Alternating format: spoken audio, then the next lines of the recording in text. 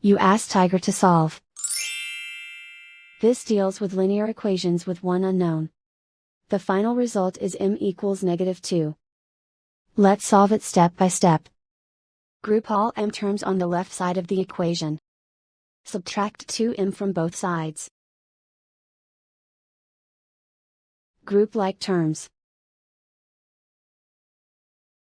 Simplify the arithmetic.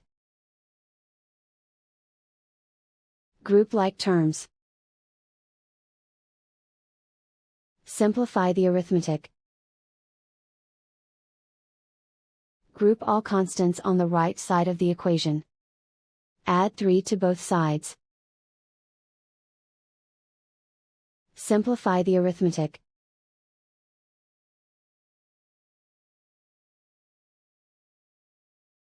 Isolate the m. Divide both sides by 3. Simplify the fraction. Find the greatest common factor of the numerator and denominator. Factor out and cancel the greatest common factor.